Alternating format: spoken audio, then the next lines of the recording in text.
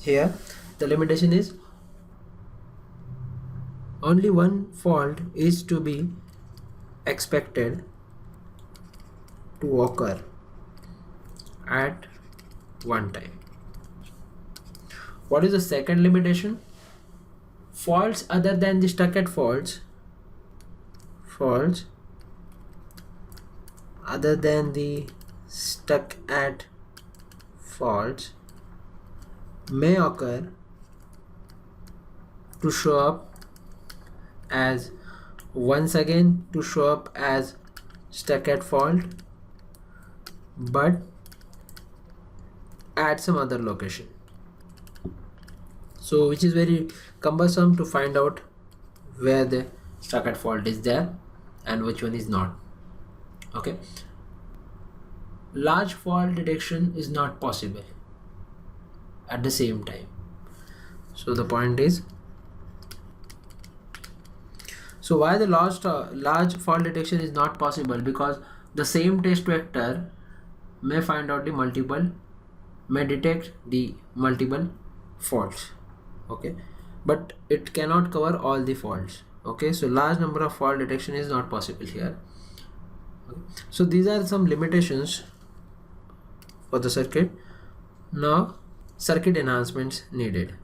Okay, so for that we require some circuit enhancement. So if we'll enhance the circuits, okay, there will not be any faults.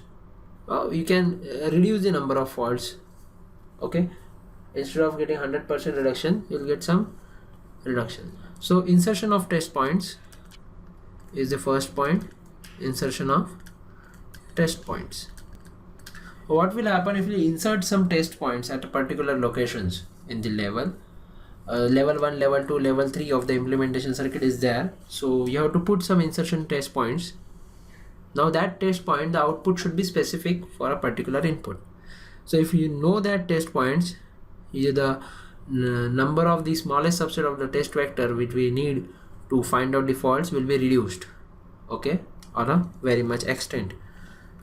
So the insertion of test points will help us out to find out the, so finally the insertion of the test points will reduce the work of the test vectors.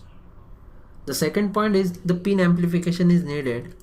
Okay, so through these pin amplifications, the many of the points can be avoided to be in stuck at 0 or stuck at 1 faults.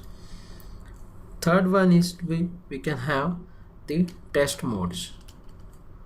Okay, in the test mode, the circuit can be run in the test mode to test the several outputs for the particular input combinations or the test patterns, through which we can easily detect the test patterns or the faults.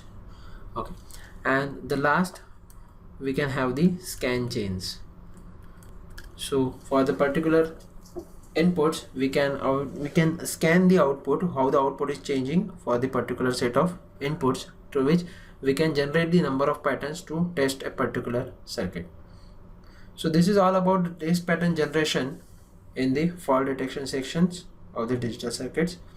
Thank you for watching this video, and for more videos and ideas, stay tuned to In 5 Minutes.